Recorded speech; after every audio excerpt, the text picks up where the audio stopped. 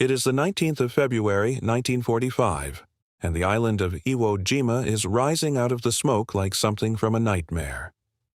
8 square miles of volcanic ash, ringed with concrete bunkers, sits beneath a sky thick with naval gunfire. On the beach, a young Marine called Brown crouches behind a radio set, a handset pressed to his ear, and begins speaking. The words that come out of his mouth are not English. They are not any language a Japanese codebreaker has ever catalogued, studied, or even heard before. They flow strangely, full of tones and clicks, rising and falling in patterns that sound, to an untrained ear, like nothing at all. A few 100 meters away, dug into the volcanic rock, Japanese radio operators are listening. They have broken American codes before. They will not break this one. What that Marine is speaking is Navajo, transformed into one of the most effective military codes ever devised. He is one of around 400 men collectively known as the Navajo Code Talkers, and on this beach, in this battle, 6 of them are about to do something extraordinary. Over the next 2 days, they will send and receive more than 800 messages, coordinating artillery, requesting reinforcements, redirecting landing craft, all without a single error. The Japanese will intercept every word. They will understand none of it. This is not a story about a machine, though machines come into it. It is not a story about a weapon, though it shaped how weapons were used. It is the story of a language, spoken on a reservation in the American Southwest, unwritten for most of its existence, dismissed by outsiders as primitive. That became the only spoken military code in modern history that was never broken. To understand why it worked, you have to go back 3 years, to a man who should not really have had anything to do with the war at all, and to a problem the United States Marine Corps was beginning to think had no solution. By the early months of 1942, the war in the Pacific had become a contest of secrets. Every order, every troop movement, every coordinate radioed between ships and units was a sentence the enemy was trying to read over your shoulder.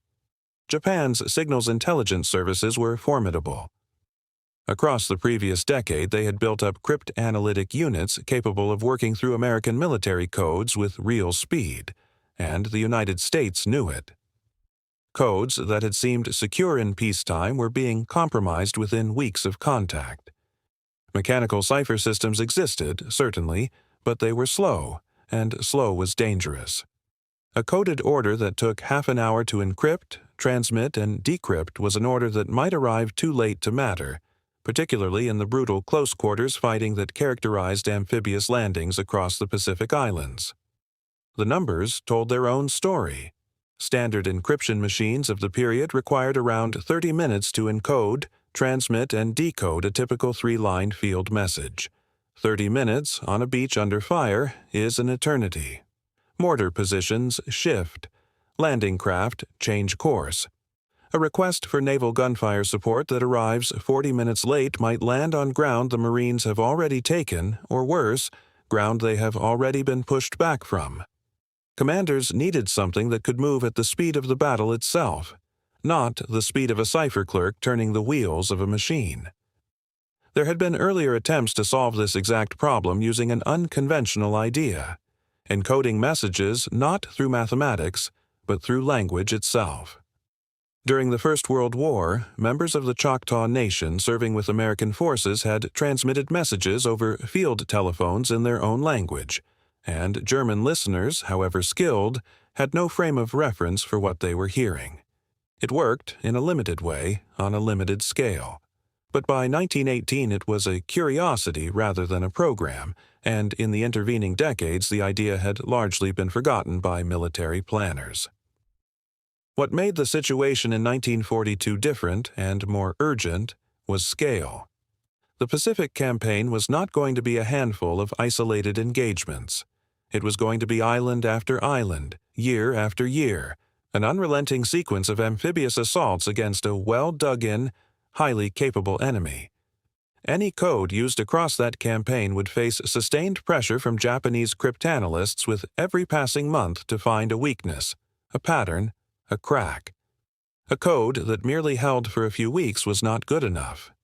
The Marine Corps needed something that could survive years of enemy attention without ever giving way, and it needed it fast.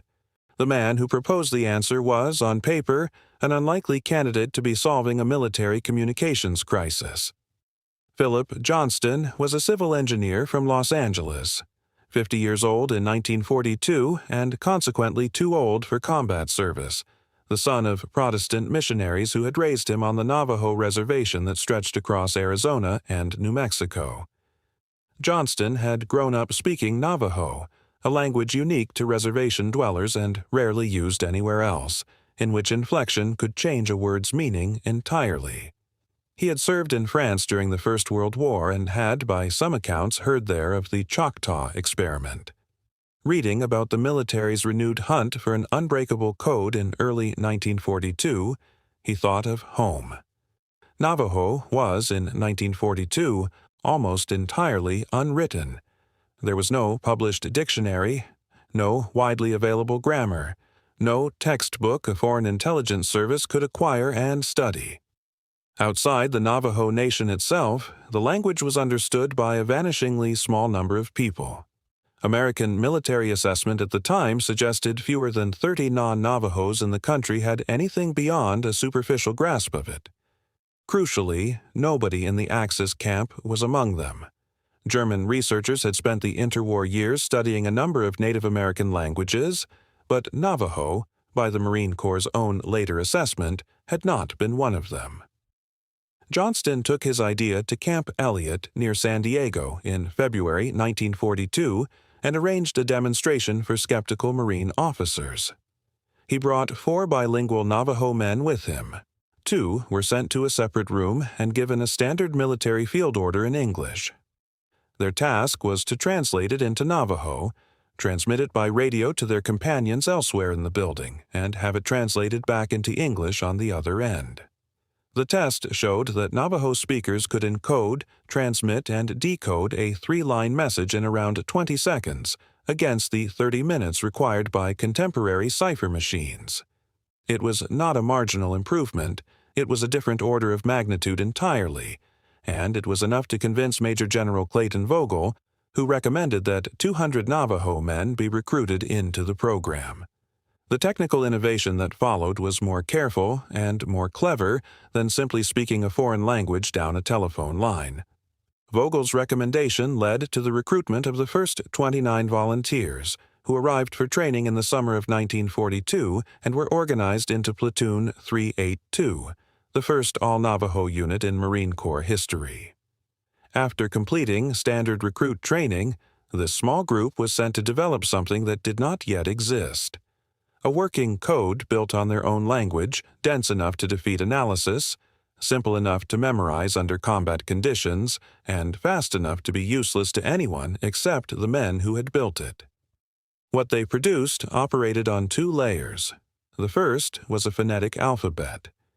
Each letter of the English alphabet was assigned a Navajo word, chosen for an everyday object whose Navajo name began with that letter's English sound when translated. The Navajo word Wolachi, meaning ant, stood for the letter A. So did Belasana, meaning apple, and Tsinil, meaning axe. Having 3 options for the most common letters mattered enormously. A code that always used the same word for the same letter would eventually betray its own patterns to a patient enemy. Varying the choice broke up the rhythm a cryptanalyst relies on. The second layer was a dedicated vocabulary of several hundred Navajo words, standing directly for military terms that had no equivalent in the language at all, because the language had never needed them. A submarine became Besh Lo, meaning iron fish. A dive bomber became Guinea, the word for a chicken hawk because of the way the bird hunts. America itself became Nehema, meaning our mother. This vocabulary began at around 200 terms and grew to over 400 as the war progressed, and every one of those terms had to be committed entirely to memory. Code talkers were forbidden from writing any of it down. There was no paper version to be captured, lost, or stolen from a dead man's pocket. The only place the code existed was inside the heads of the men who had built it. This was, in its way, the master stroke. Even a captured Navajo speaker who had no part in the program could not decipher it, because the substitutions were arbitrary, agreed in advance, and bore no relation to ordinary Navajo usage. A message encoded this way did not sound like Navajo to a Navajo listener who was not trained in the code. It sounded like nonsense. Strings of words for animals and household objects strung together with no apparent sense. To use it, a code talker had to perform several mental operations at once, translating Navajo back into English, taking only the first letter of each English word, and reassembling the result, all while under fire, all without slowing down.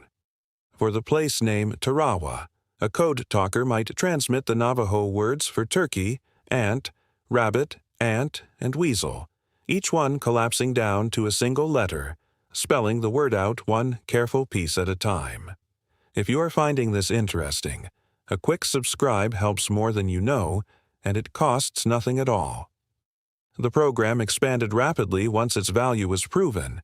Training moved to Camp Pendleton at Oceanside, California, where new recruits arrived after completing ordinary Marine Corps boot camp and were then put through several additional weeks of intensive instruction, learning the code from scratch and being tested relentlessly on speed and accuracy before deployment. By August 1943, the Pendleton program had trained nearly 200 Navajo Marines, with Philip Johnston, now a staff sergeant, overseeing much of the administration himself. Eventually, somewhere between 375 and 420 men trained as code talkers specifically, out of a total of roughly 540 Navajo Marines who served during the war, drawn from a Navajo population of around 50,000 people at the time. The first operational use came at Guadalcanal in 1942, where code talkers attached to the 1st Marine Division began transmitting tactical messages from the earliest weeks of the campaign. From there, the record reads like a roll call of the Pacific War's worst fighting: Tarawa, Peleliu, Saipan, Okinawa. Code talkers served in every assault the Marine Corps carried out in the Pacific between 1942 and 1945, attached to all 6 Marine divisions, as well as raider battalions and parachute units. They worked from foxholes, from the backs of tanks, from aircraft, often within meters of the front line, because that was where the radios were needed. Nowhere is the record clearer or more dramatic than at Iwo Jima in February 1945. Major Howard Connor, the 5th Marine Division signal officer, had 6 Navajo code talkers working continuously through the first 2 days of the landing. Between them, they transmitted more than 800 messages without a single error. Connor's later verdict was blunt, and often quoted since, that without the Navajos, the Marines would never have taken Iwo Jima at all. Whether that statement is read as a precise military judgment or a commander's heartfelt tribute, it reflects how indispensable the code talkers had become to operations by that stage of the war. What makes the achievement remarkable is not simply that the code worked, but that it was never even partially compromised, in an environment where Japanese signals intelligence was actively, persistently trying to break it. After the war, Japan's own wartime chief of intelligence, Lieutenant General Seizo Arisue, acknowledged that while his codebreakers had succeeded against codes used by the U.S. Army and Army Air Corps, they had never managed to crack the code used by the Marine Corps. There is a story, often repeated, of a Navajo man captured by Japanese forces in the Philippines, where he had been serving separately with the Army, who was made to listen to recordings of code talker transmissions and could make nothing of them. After the war, he reportedly told a code talker that he had never worked out what on earth they had all been saying. It is worth comparing this to what else was happening elsewhere in the war's intelligence battles, because the contrast sharpens just how unusual the Navajo solution was. The German Enigma machine, perhaps the most famous cipher system of the conflict, was a marvel of mechanical engineering, but it depended entirely on mathematics, on rotor settings and plugboard configurations that, however vast the number of possible combinations, were ultimately systematic, and therefore, with sufficient computing power and captured material, breakable. Allied codebreakers at Bletchley Park did exactly that, building early computing machines specifically to attack Enigma's logic. The Navajo code had no such logic to attack. It was not built from mathematics at all. It was built from a living, spoken language layered with an additional arbitrary substitution code that existed nowhere on paper. There was no machine to capture, no settings to steal, no underlying system that, once understood, would unravel the whole. The Japanese had themselves used a small number of native Hawaiian and other personnel in limited communications roles, and the German military had, before the war, dispatched researchers to study various Native American languages out of a general interest in linguistics and ethnography. Navajo, conveniently, was reported to be the one major language group those pre-war researchers had not studied. Whether by luck or judgment, the United States had found the one gap in an otherwise reasonably well-mapped linguistic landscape, and it exploited that gap for the rest of the war. It is also worth being honest about what this story is not. It was not the only Code Talker program. At least 14 other Native nations, including the Cherokee and the Comanche, served as Code Talkers across both the Pacific and European theaters, with the Comanche, notably, operating in France from soon after the Normandy landings. The Navajo program is simply the largest, the best documented, and the one that has come to stand, in public memory, for the entire concept. Some details of the wider program remain thin. Casualty figures among Code Talkers, exact deployment rosters for certain operations, and the full administrative history of the Pacific Signals War are still being pieced together by historians, partly because the program's strict secrecy meant many records were never compiled with future researchers in mind. That secrecy is itself part of the story's strange afterlife. Because the code remained a closely guarded military asset, the Navajo Code Talkers were forbidden from discussing their wartime work, even with their own families, for more than 2 decades after the war ended. The program was not declassified until 1968. Men who had transmitted the orders that helped take some of the most fiercely contested ground in the Pacific went home to reservations that, in several states, still would not let them vote and could not tell anyone what they had actually done in the war. Navajo people were denied the right to vote in Arizona until 1948, in New Mexico until 1953, and in Utah until 1957, despite the citizenship granted to all Native Americans under federal law in 1924. Recognition, when it finally came slowly and then all at once. President Ronald Reagan declared the 14th of August, 1982 to be National Navajo Code Talkers Day. In 2000, Congress authorized the Congressional Gold Medal for the original 29 men of Platoon 382, awarded the following year, by which point only 4 of them were still alive to receive it in person. The rest were honored posthumously. A further 225 Code Talkers, recruited into the program after that first group, received the Congressional Silver Medal that same November. A permanent exhibition at the Pentagon has displayed the original code, alongside photographs and equipment, since 1992. As of early 2026, only a small handful of the original World War II Navajo Code Talkers remain alive, the youngest of them now well into their 90s, and the living link to that first generation is closing. The legacy of the program is harder to measure than its wartime success, because so much of what it achieved is counted in things that did not happen, messages that were not intercepted, ambushes that were not sprung because an artillery request arrived in time, landings that were not thrown into chaos by a captured cipher. Historians broadly agree the Code Talkers shortened engagements and saved lives, though precise figures for lives saved are, by the nature of the claim, unknowable rather than merely classified. What is measurable is the unbroken record itself.